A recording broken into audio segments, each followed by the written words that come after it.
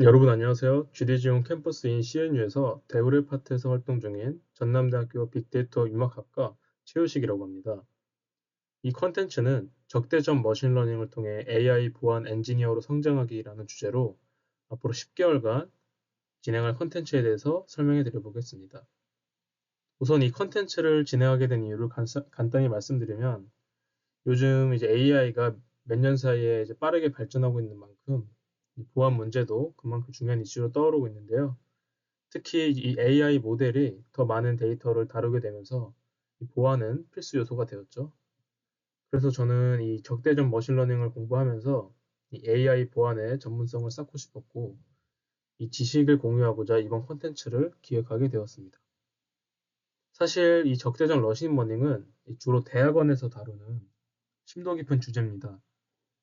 그래서 이 기본적인 머신러닝 개념에 더해서 통계적, 수학적 배경 지식, 딥러닝, 최적화 이론, 확률론 등에 대한 이해가 필요한 분야이기 때문인데요. 이번 컨텐츠가 어떻게 진행될지에서 간단 소개드리면 이론과 실습으로 나누어서 구성될 겁니다. 처음 4개월 동안은 이론이랑 실습을 50%씩 병행을 하면서 이 적대적 머신러닝의 기초와 실제 사례를 배울 거고요. 이제 후반 6개월은 실습을 80%로 정도 늘려서 실습 위주의 프로젝트를 완성하는 방식으로 진행을 할 계획입니다.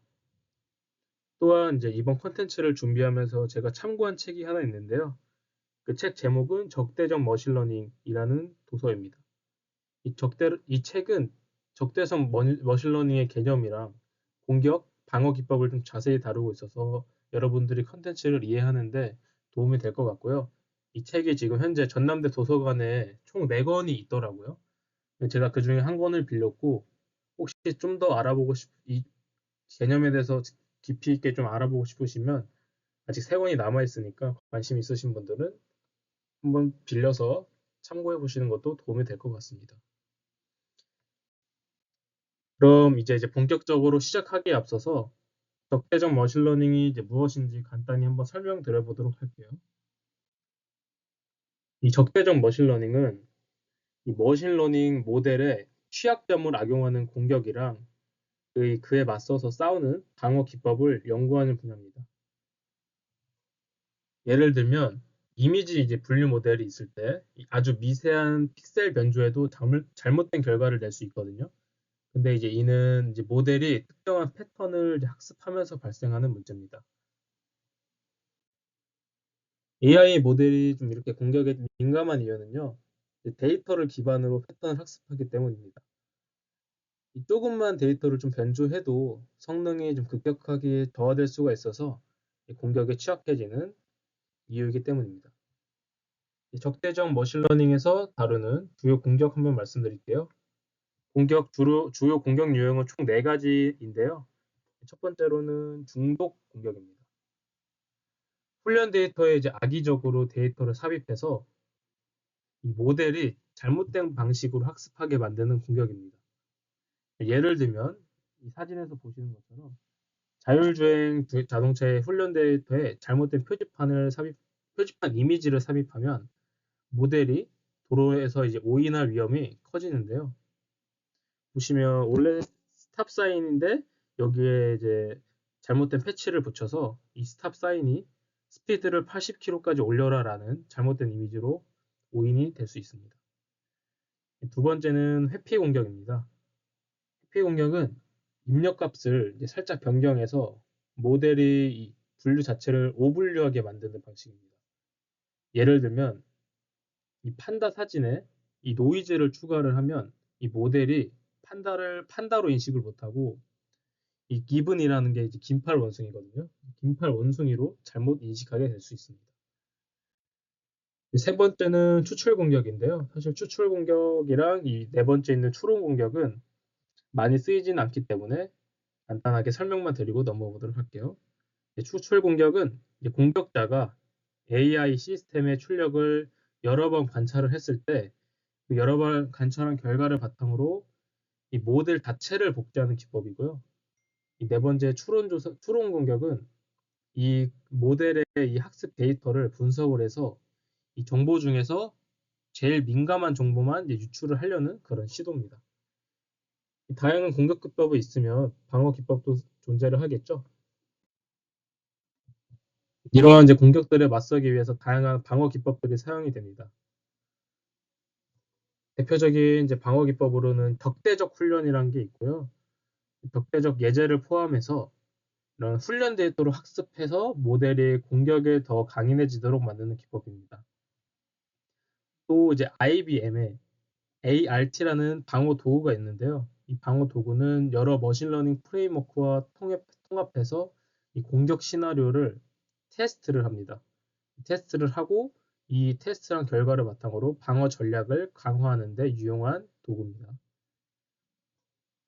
최근에 이제 적대적 머신러닝에 대한 연구는 이 최근에 자율주행, 의료 데이터 보호, 금융 보안 등에서도 많이 활용하고 있는데요.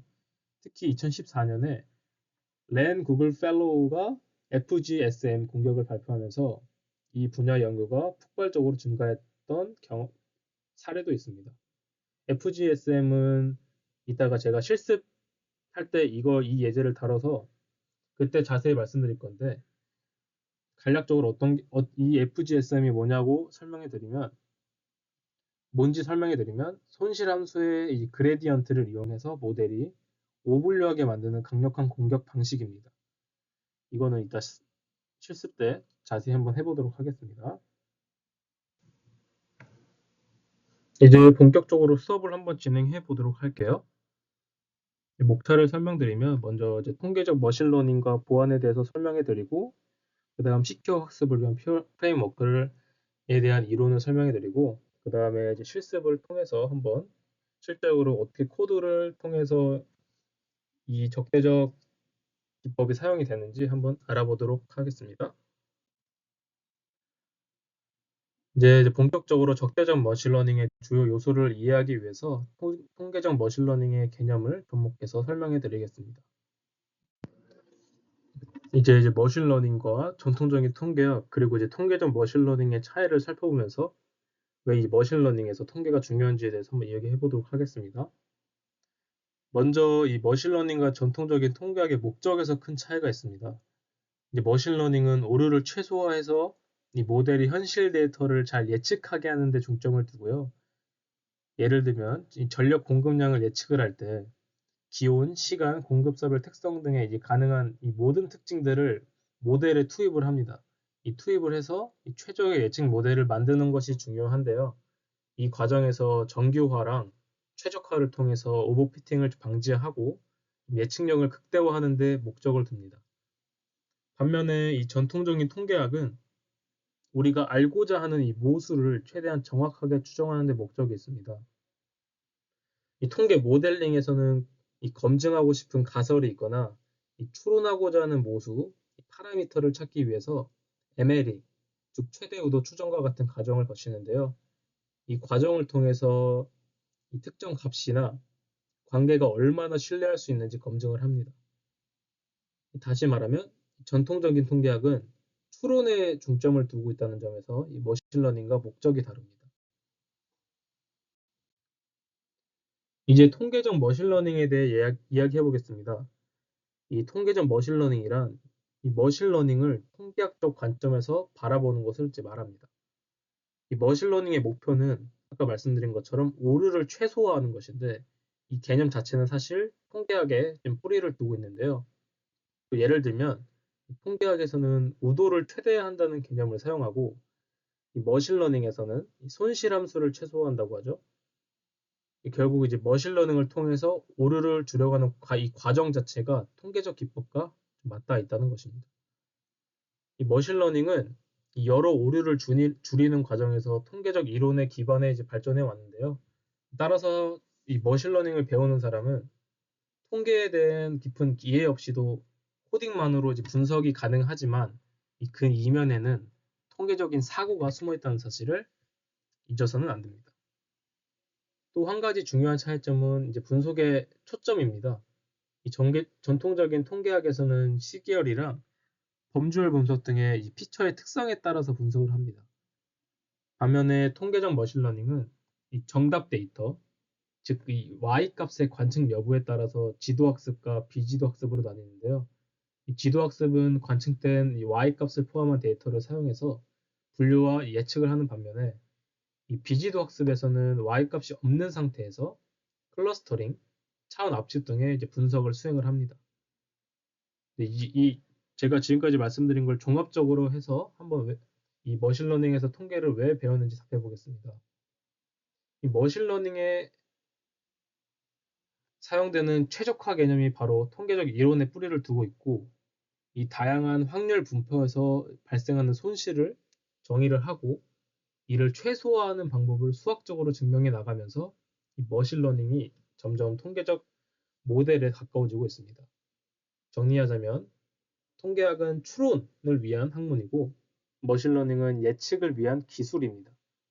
하지만 예측을 위한 과정에서도 통계적 사고가 필요하기 때문에 통계적 지식이 좀 더해질수록 더욱 정교한 머신러닝을 설계할 수 있게 되는 것입니다. 이제 본격적으로 적대적 머신러닝의 주요 요소를 이해하기 위해서 통계적 머신러닝의 개념을 접목해 설명해 드리겠습니다. 이 적대적 머신러닝의 이 주요 구성 요소는 이 데이터, 가설 공간, 학습 모델, 지도 학습 이렇게 네 가지를 뽑아볼 수 있는데요. 첫 번째로는 데이터입니다. 이 적대적 머신러닝에서 데이터는 이제 공격과 방어의 출발점인데요. 이 데이터의 품질이 높고 양이 이제 충분할수록 공격에 강한 모델이 만들어질 수 있습니다. 두 번째로는 가설 공간입니다. 이 모델이 학습할 수 있는 이 함수의 집합으로서 이 모델이 안전하게 학습할 수 있는 범위를 정합니다. 이 가설 공간이 너무 좁거나 넓으면 공격에 쉽게 노출될 수 있습니다. 세 번째로는 학습 모델입니다. 적대적 머신러닝에서는 주로 지도학습 모델을 많이 사용하는데요. 이 공격자가 특정 분류 결과를 왜곡을 해서 이 모델을 혼란스럽게 하기 쉽기 때문입니다. 이제 마지막으로는 지도학습입니다. 이 적대적 머신러닝에서는 이 답이 포함된 데이터를 기반으로 학습하는 이 지도학습이 많이 사용되고요. 이 적대적 훈련 등으로 이 훈련 데이터를 보강해서 강인한 모델을 만들기도 합니다. 이 네 가지 요소를 통해서 이 적대적 머신러닝의 기초를 이해할 수 있고요. 이를 이제 바탕으로 해서 보다 강인한 AI 보안 체계를 구축할 수 있습니다. 이제 본격적으로 CQ 학습을 위한 프레임워크에 대해서 이야기해 보겠습니다. 이 CQ 학습 프레임워크는 이 모델이 적대적 공격의 강인성을 가질 수 있도록 보호하는 중요한 체계인데요. 특히 이 AI 모델이 실제로 배포되는 환경에서는 이 다양한 보안 위협에 직면하게 됩니다. 이 프레임워크는 이 모델의 학습 및 예측 과정 전반에서 이러한 위협을 이제 미리 파악하고 대응할 수 있도록 돕는 도구입니다.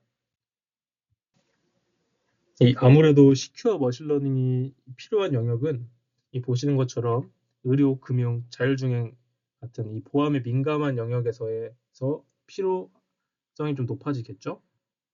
예를 들면 이 자율주행 차량의 이미지 인식 모델이 이 적대적 공격을 받으면 아까 특정 표지판을 인식하지 못하게 되거나 이 의료 AI 시스템이 데이터를 조작당해서 잘못된 진단을 내리게 되는 상황이 발생할 수 있습니다. 따라서 이러한 이제 프레임워크를 통해서 보안 위험을 최소화하고 이 AI 시스템의 신뢰성을 높이는 게 이 시큐어 학습의 핵심 목표입니다.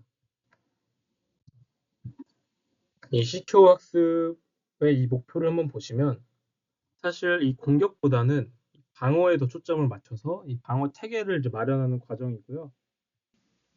이 적용 범위는 이 입력 데이터를 입력을 해서 이 모델을 학습을 시키는 과정을 하고 그 과정을 통해서 보안 분석을 합니다.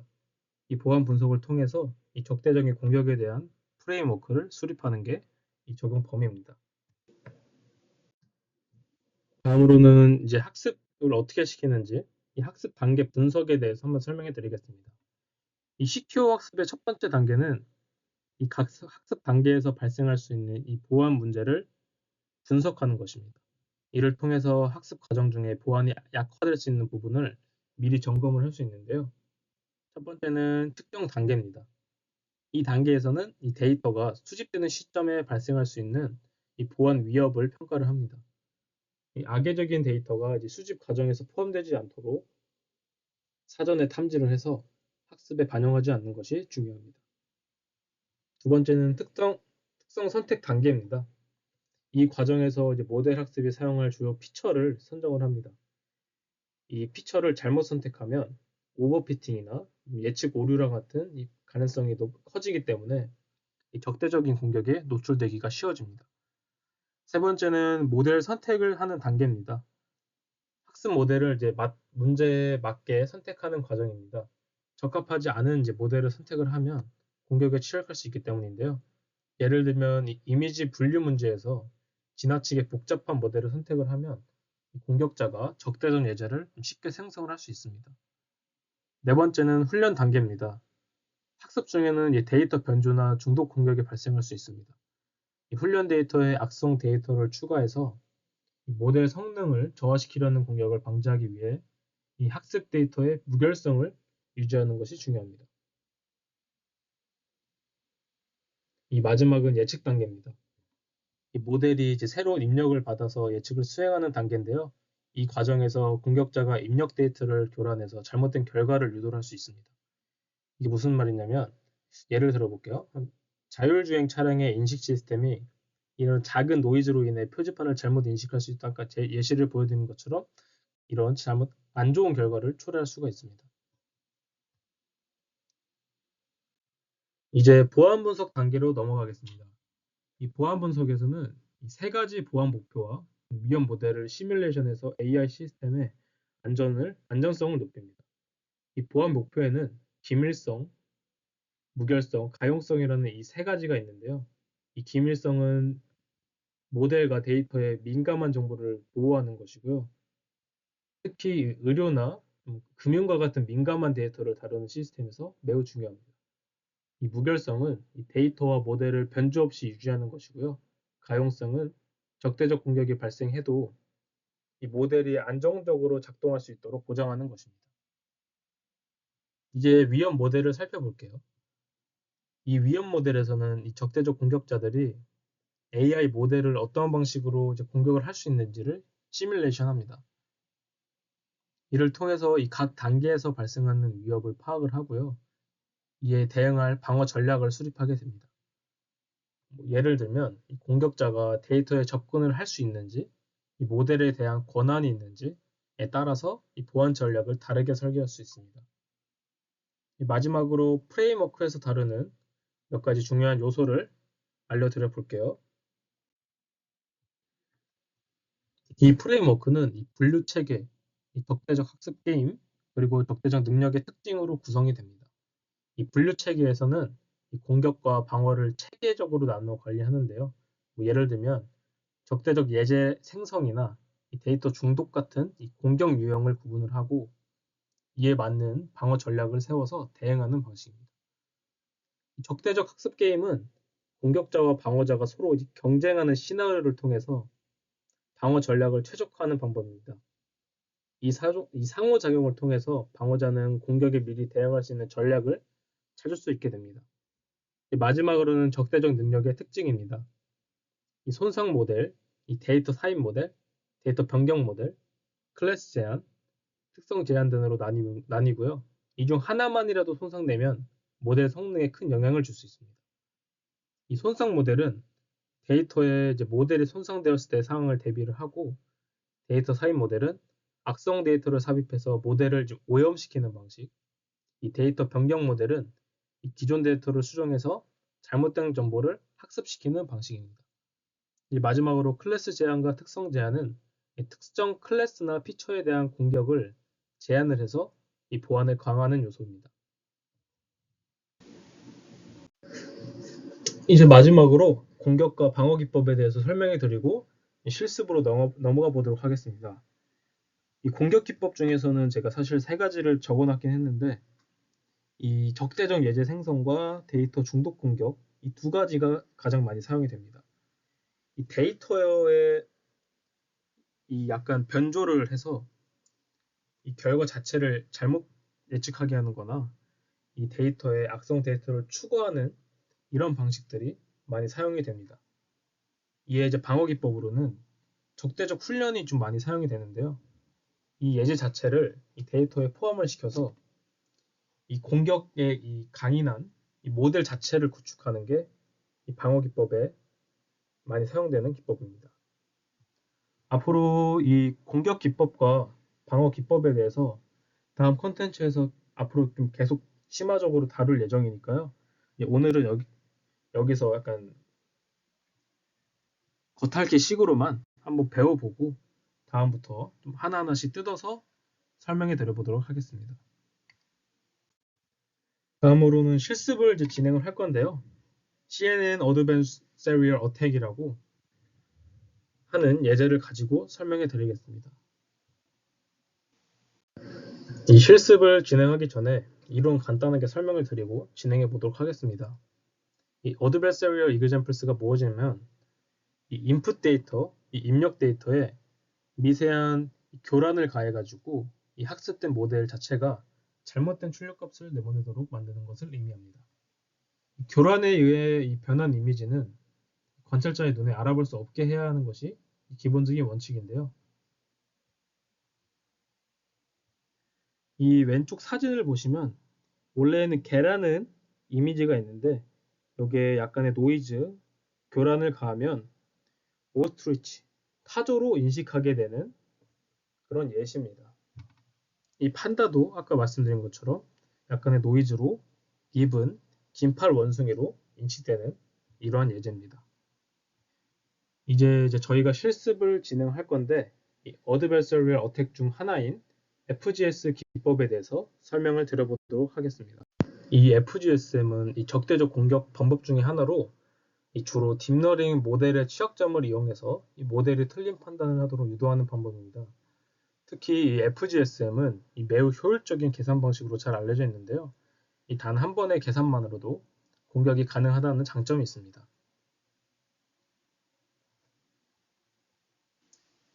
이 FGSM을 설명하기 위해서는 이 딥러닝 모델의 학습 과정을 먼저 이해하는 것이 중요합니다. 이 딥러닝 모델은 보통 학습 데이터를 통해 이 비용 함수, 코스트 펑션이라고 불리는 오차를 줄이는 방향으로 학습을 하는데요. 이 비용 함수는 예측값과 실제값 차이 이 간의 차이를 나타내고 이 모델은 이 차이를 최소화하는 방향으로 파라미터를 조정합니다. 이때 비용 함수의 그레디언트를 이용해서 오차를 줄이는 방향으로 계산이 됩니다. 이제 FGSM의 구체적인 원리에 대해 살펴보겠는데요. FGSM은 이 비용 함수의 그레디언트를 반대로 역으로 사용을 합니다. 학습 과정에서는 그레디언트를 이용해서 모델이 오차를 줄이도록 조정을 하지만 이 FGSM은 반대로 오차가 커지는 방향으로 교란을 추가해서 모델이 잘못된 판단을 하도록 합니다. 이 FGSM은 다음과 같은 순서로 동작을 하는데요. 첫 번째로는 그레디언트 계산, 이 모델의 예측 오차를 나타내는 이 비용 함수의 그레디언트를 구합니다. 이 그레디언트는 이제 모델이 어떤 방향으로 수정되어야 하는지를 나타냅니다. 다음으로는 이 도란 추가입니다. 구한 그레디언트를 기반으로 이 각 입력 데이터, 예를 들어 이미지의 각 픽셀에 작은 교란 값을 더해줍니다. 이 그레디언트의 부호에 따라서 이 픽셀 값을 증가시키거나 감소시키는 방식으로 이 모델의 판단을 왜곡을 시킵니다. 세 번째로는 결정 경계 넘기기인데요. 이렇게 이제 수정된 입력 데이터는 모델이 정답과는 다른 방향으로 판단하게 해서 이때 이 FGSM은 모델이 결정 경계를 넘어가도록 유도해서 잘못된 판단을 하게 만듭니다. 이 방법은 이 단일 스텝만으로 계산되기 때문에 굉장히 효율적인 공격 방식입니다. 이렇게 이론으로 말씀을 드리면 이해가 안 되실 수 있기 때문에 자료를 한번 보여드리도록 할게요. 이 그림 1은 아까 제가 말씀드린 FGSM의 원리를 그래프로 표현한 것입니다. 제가 아까 말씀드린 내용이 이 FGSM은 비용함수의 그레디언트를 사용해서 이 모델의 최적점에서 멀어지게 하는 방향으로 입력 데이터를 조정한다고 했는데요. 이 그래프를 보시면 최적점에서 멀어지는 방향으로 향하는 것을 알 수 있습니다.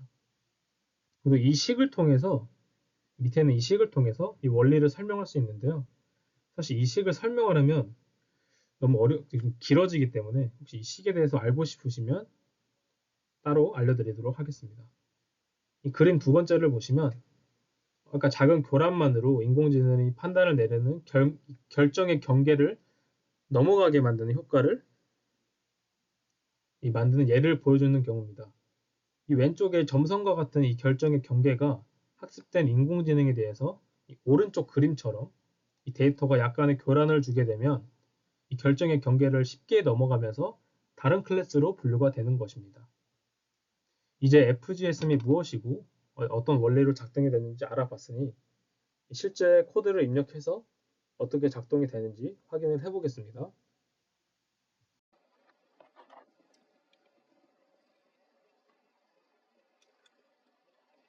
네, 여러분 이제 실습을 진행해 볼게요. 오늘은 이제 FGSM 공격을 통해서 이 딥러닝 모델의 취약성을 한번 살펴보겠습니다.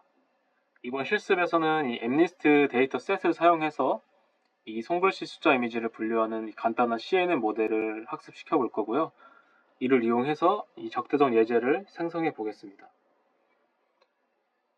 먼저 이제 필수 라이브러리 먼저 설치하고 가져와 볼게요. 저희가 쓸 거는 텐서플로우, 넘파이, 매플로립을 사용을 할 거기 때문에 이제 각각 설치를 했고요. 불러와 봤습니다. 텐서플로우는 이 모델을 학습시키고 모델을 만들고 학습시키는 데 사용을 할 거고요. 넘파이는 수치 계산을 도와줄 거고 이 매플러립은 결과 시각화에 활용을 해볼 겁니다. 두 번째 단계로는 이 MNIST 데이터셋을 로드를 할 텐데요. 이 데이터셋을 호출한 뒤에 이 훈련용 데이터와 테스트용 데이터를 각각 이제 로드를 했습니다. 이 MNIST 데이터는 이 손글씨 숫자 이미지잖아요. 각 숫자마다 레벨이 0에서 9까지 붙어 있습니다. 다음으로는 데이터 전처리 과정을 진행을 할 거고요. 이제 이거를 통해서 이미지 데이터를 0과 1 사이의 값으로 정규화를 할 겁니다. 이렇게 하면 이제 모델 학습이 조금 더 빠르고 효율적으로 이루어집니다. 그리고 데이터의 형태는 28, 28, 1로 맞춥니다. 여기서 이제 마이너스 1은 이 자동으로 배치 크기에 맞추라는 뜻이고 28, 28은 이미지의 가로 세로 크기, 그리고 마지막 1은 흑백 채널 수를 의미합니다. 데이터 전처리가 다 됐으면 CNN 모델을 정의를 하는데요. 이 시퀀셜 객체를 생성을 하고 레이어를 이렇게 순차적으로 쌓습니다. 첫 번째 레이어 보시면 이 32개의 필터와 3 곱하기 3 커널을 가진 합성곱 레이어로 이 인풋 쉐입의 이 데이터 형태를 지정을 해서 모델이 입력 데이터를 인식을 하게 됩니다. 이 활성화 함수 렐루는 비선형성을 추가를 해서 학습 효율을 높였고요. 여기서 맥심 풀링으로 이곱이 풀링 레이어를 추가를 해서 계산량을 줄였습니다. 또 보시면 두 번째 레이어는 필터 수를 64개로 늘렸어요. 64개로 늘려서 특징 추출을 강화를 했고 다시 한번 이제 맥심 풀링 과정을 해서 차원을 줄였습니다. 그 다음 이제 플랫을 써서 2차원 이미지를 1차원 이미지로 1차원 벡터로 변환을 해서 밑에 있는 연결층에 전달을 했습니다. 이 연결층에는 128개의 노드와 이 렐루 함수를 활성화를 했고요. 활성화를 해서 학습을 진행을 했고요. 그 밑에 있는 출력층으로 가서 10개의 노드를 가졌고 이 각 노드는 숫자 클래스에 해당이 됩니다. 이 소프트맥스는 이 각 클래스에 대한 확률을 계산을 해줍니다. 이제 모델을 컴파일하고 학습을 해볼게요. 이 최적화 알고리즘인 이 아담과 이 다중 클래스 분류 손실 함수인 함수를 이렇게 적어서 모델을 학습을 했습니다. 이 설정을 했습니다. 그리고 이 모델은 에포크는 5회 반복으로 진행을 했고요. 배치 크기는 64로 지정을 했습니다. 예, 이제 모델 평가를 한번 해봤는데요. 정확도를 보시면 99%로 굉장히 정확한 모델임을 알 수가 있습니다. 이제 FGSM 공격 함수를 한번 정의를 해 볼 건데요. 제가 한번 적어 볼게요.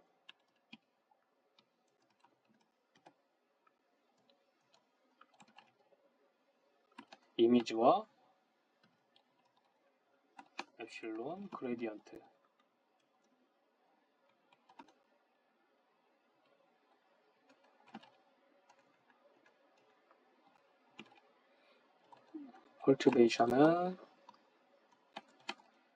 펄튜베이션은 그 노이즈 생각하시면 됩니다.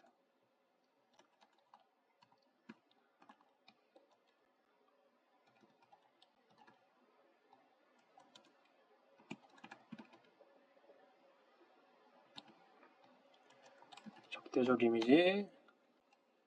이미지의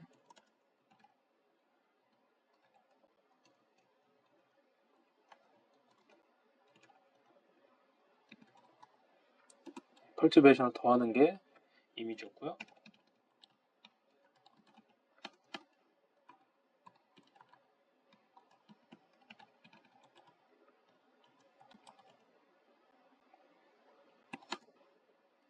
이미지의 값은 0과 1 사이에 오도록 유지를 해봤습니다.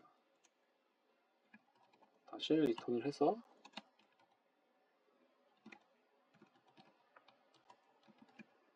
실행을 해볼게요. 네, 실행이 된 것으로 보이고요. 예, 저희가 적대적 예제를, 공격 함수를 정의를 했으니 다음으로는 이 입력 이미지에 대해서 그레디언트 계산을 해야 됩니다. 이 계산 함수를 적어 볼게요.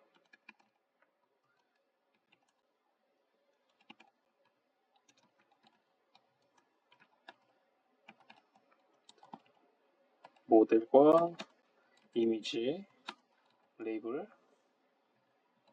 적습니다. 이미지는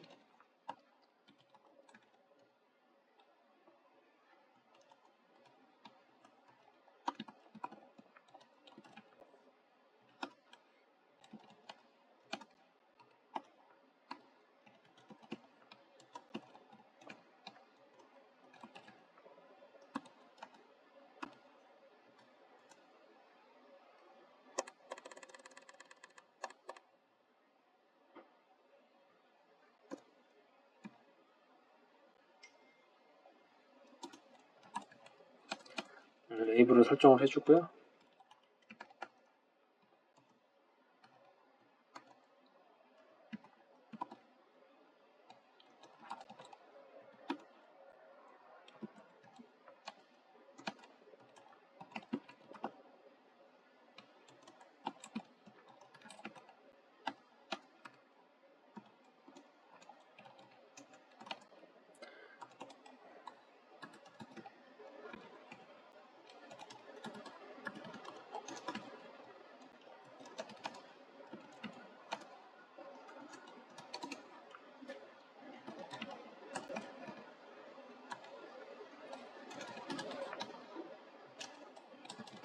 예, 그레디언트 계산하기 위해서 이미지 텐서를 추적하는 코드를 작성을 했습니다.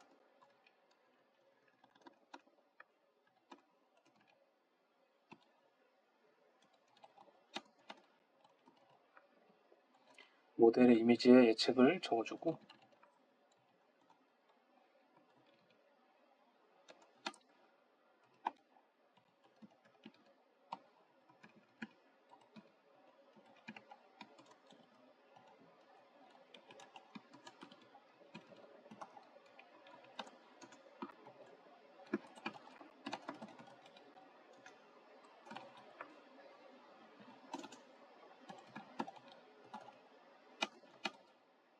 손실함수에 대한 이미지의 그레디언트를 계산을 할 겁니다.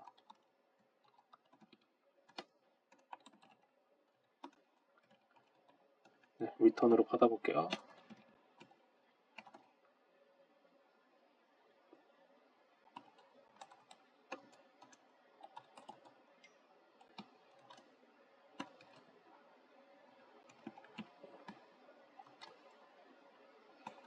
실행을 해보면 정상적으로 입력 이미지에 대한 그레디언트 계산 함수를 적어봤습니다.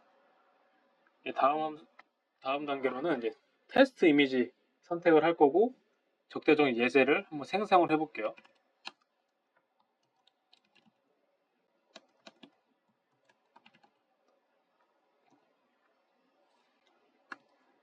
영으로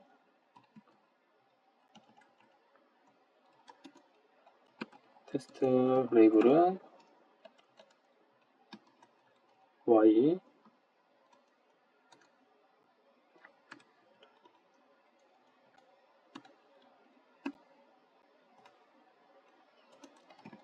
그레디언트는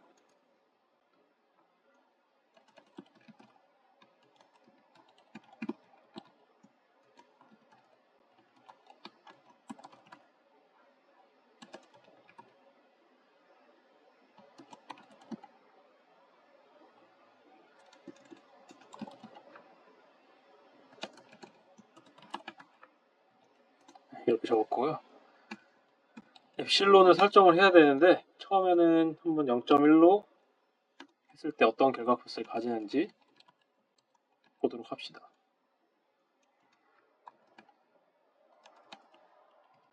아까 함수 정의했던 적어주고요.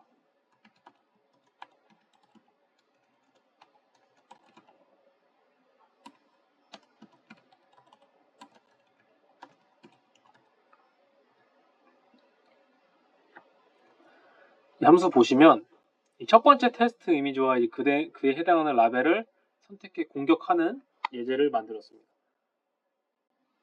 네, 이 함수로 그레디언트를 계산을 했고 이 엡실론을 설정을 해서 FGSM 공격을 수행을 할 겁니다. 네, 됐네요. 자, 이어서 진행을 해 볼게요. 이제 원본 이미지와 이 적대적 이미지를 한번 시각화를 해 보겠습니다.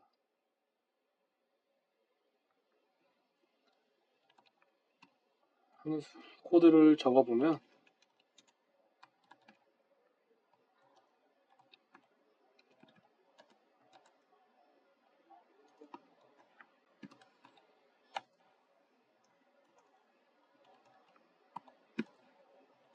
첫 번째 이미지로 이제 원본 이미지를 그려볼게요. 원본 이미지니까 이름은 오리지널 이미지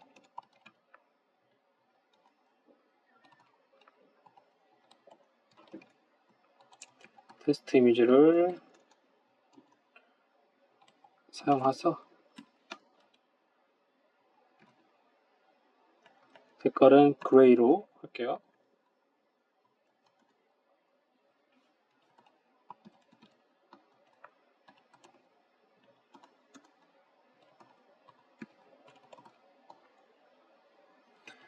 두 번째 이미지는 적대적 이미지를 그려볼 거고요. 이름은 adversarial 이미지.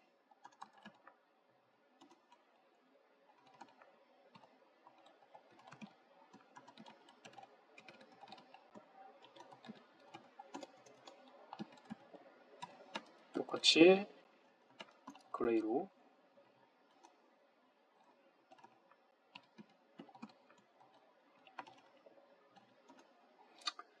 두 이미지를 동시에 출력을 해보겠습니다. 네, 실행을 해보면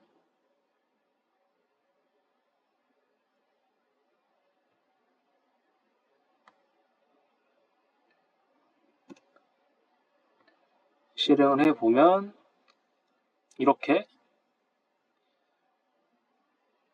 이미지가 나온 것으로 볼 수가 있는데요.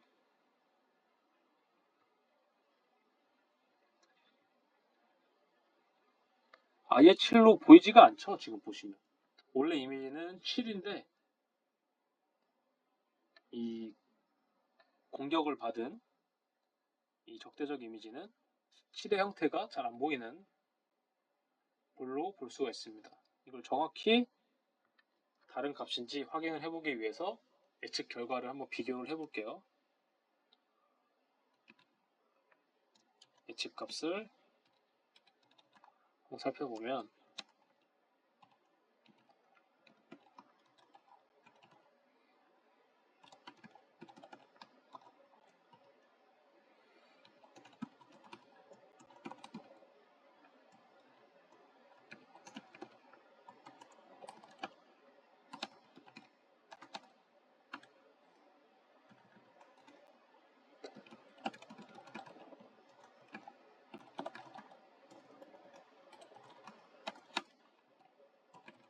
똑같이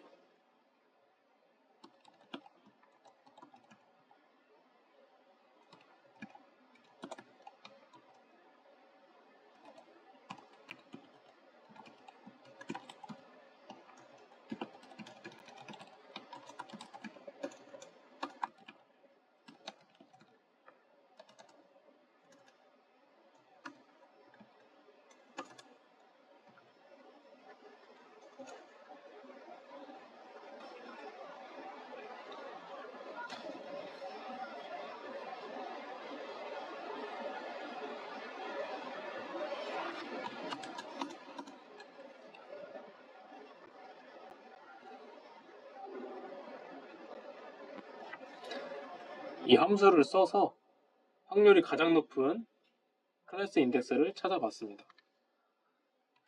하고 프린트를 해볼게요.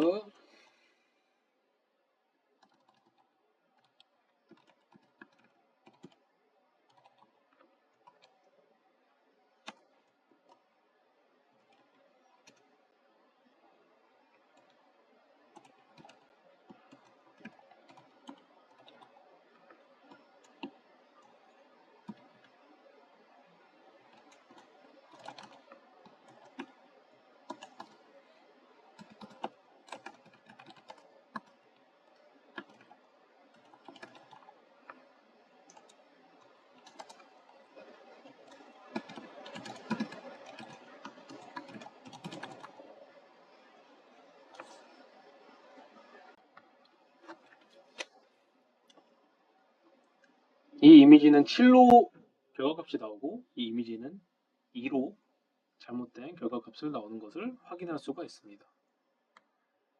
엡실론을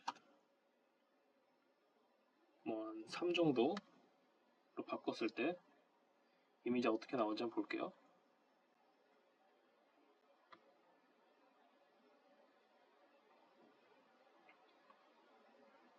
네, 이제 아예 형태도 잘 안 나오는 모습이 보입니다.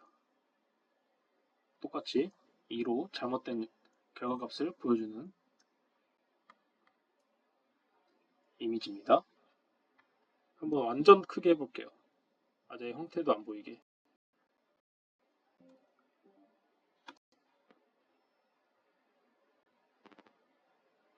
0.7